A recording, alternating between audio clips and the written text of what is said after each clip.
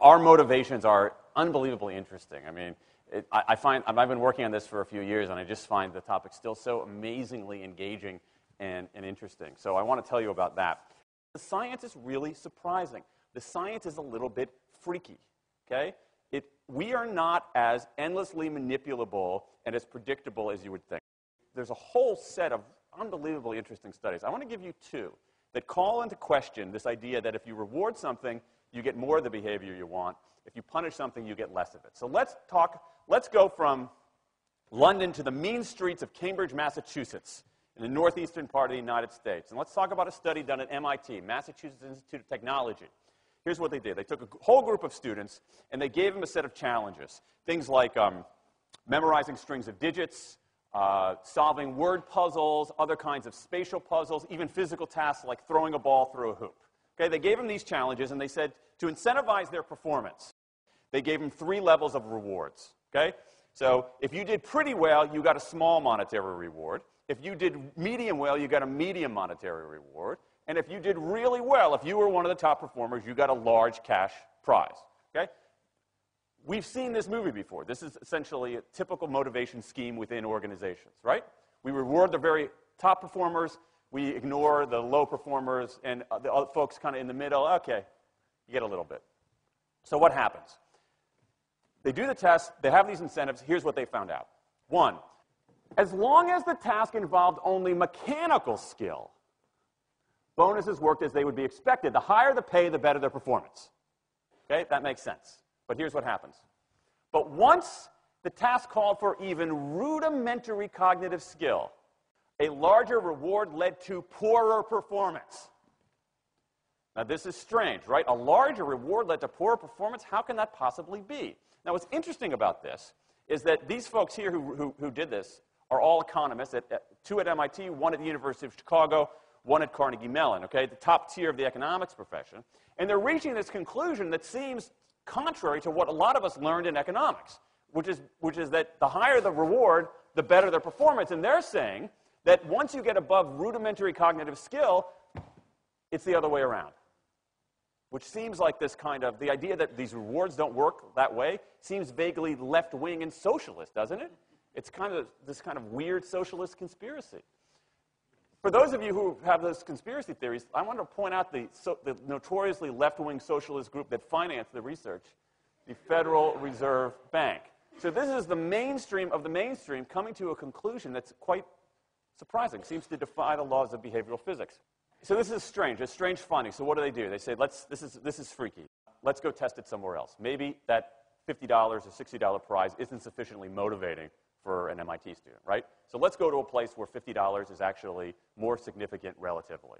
Right? So let's take the experiment. We're going to go to Madurai, India, rural India, where $50, $60, whatever the number was, is actually a significant sum of money. So they replicated the experiment in India roughly as follows. Small rewards, the equivalent of 2 weeks' salary. Small performance, low performance, 2 weeks' salary. Medium performance, about a month's salary.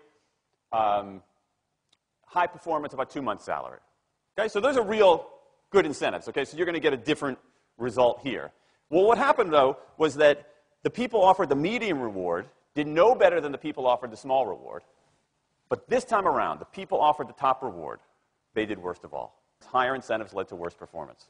What's interesting about this is that it actually isn't all that anomalous. This has been replicated over and over and over again by psychologists, by some extent by sociologists, and by economists, over and over and over again. For simple, straightforward tasks, those kinds of incentives, if you do this, then you get that, they're great. For tasks that are algorithmic, set of rules where you have to just follow along and get a right answer, if-then rewards, carrots and sticks, outstanding.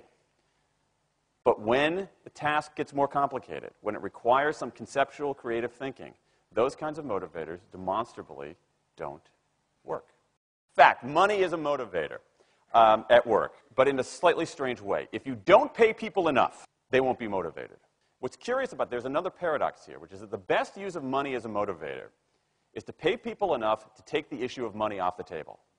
Pay people enough so that they're not thinking about money and they're thinking about the work. Now, once you do that, it turns out there are 3 factors that the science shows lead to better performance, not to mention personal satisfaction. Autonomy, mastery, and purpose. Autonomy is our desire to be self-directed, to direct our own lives. Now, in many ways, traditional notions of management run afoul of that. Management is great if you want compliance, but if you want engagement, which is what we want in the workforce today as people are doing more complicated, sophisticated things, self-direction is better. Let me give you some examples of this, of almost radical forms of self-direction in the workplace that lead to good results. Let's start with this company right here, Atlassian, an Australian company. It's a software company, and they do something really cool. Once a quarter, on a Thursday afternoon, they say to their developers, for the next 24 hours, you can work on anything you want. You can work on it the way you want. You can work on it with whomever you want. All we ask is that you show the results to the company at the end of those 24 hours in this fun kind of meeting, not a star chamber session, but this fun meeting with beer and cake and fun and other things like that. It turns out that that one day of pure, undiluted autonomy has led to a whole array of fixes for existing software, a whole array of ideas for new products that otherwise had never emerged. One day. Now, this is not an if-then incentive. This is not the sort of thing that I would have done 3 years ago before I knew this research. I would have said, you want people to be creative and innovative? Give them a freaking innovation bonus. If you can do something cool, I'll give you $2,500. They're not doing this at all. They're essentially saying, you probably want to do something interesting. Let me just get out of your way. One day of autonomy produces things that had never emerged. Okay, let's talk about mastery. Mastery is our urge to get better at stuff. We like to get better at stuff. This is why people play musical instruments on the weekend. You got all these people who are acting in ways that seem irrational economically. They play musical instruments on weekends. Why? It's not going to get them a mate. It's not going to make them any money. Why are they doing it? Because it's fun, because you get better at it, and that's satisfying. Go back in time a little bit. I imagine this if I went to my first economics professor, a woman named Mary Alice Schulman, and I went to her in 1983 and said, Professor Schulman, can I talk to you after class for a moment? Yeah. I got this inkling. I got this idea for a business model. I just want to run it past you. Here's how it would work. You get a bunch of people around the world who are doing highly skilled work, but they're willing to do it for free and volunteer their time, 20, sometimes 30 hours a week. Okay, she's looking at you somewhat skeptically there. Oh, but I'm not done. And then what they create, they give it away rather than sell it. It's going to be huge. I mean, she truly would have thought I was insane. Okay, it seemed to fly in the face of so many things. But what do you have? You have Linux powering 1 out of 4 corporate servers in Fortune 500 companies, Apache powering more than the majority of web servers, Wikipedia. What's going on? Why are people doing this? Why are these people, many of whom are technically sophisticated, highly skilled people who have jobs? Okay? They have jobs. They're working at jobs for pay, doing sophisticated technological work. And yet, during their limited discretionary time, they do equally, if not more, technically sophisticated work, not for their employer, but for someone else for free. That's a strange economic behavior. Economists who look into it, why are they doing this? It's overwhelmingly clear. Challenge and mastery, along with making a contribution. That's it.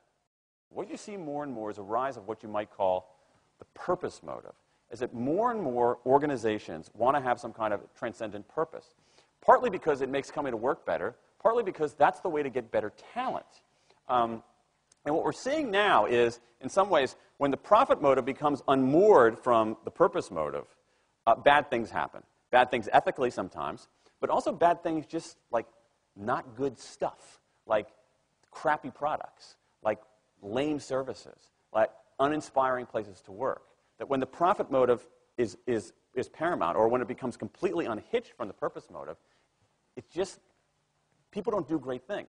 More and more organizations are realizing this and sort of disturbing the categories between what's profit and what's purpose. And I think that actually heralds something interesting. And I think that the organizations that are flourishing, whether they're profit, for profit, or somewhere in between, are animated by this purpose motive. Let me give you a couple of examples. Here's the founder of Skype. He says, our goal is to be disruptive, but in the cause of making the world a better place. Pretty good purpose. Here's Steve Jobs. I want to put a ding in the universe. All right? That's the kind of thing that might get you up in the morning and racing to go to work. So I think that, that we are purpose maximizers, not only profit maximizers. I think the science shows that we care about mastery very, very deeply.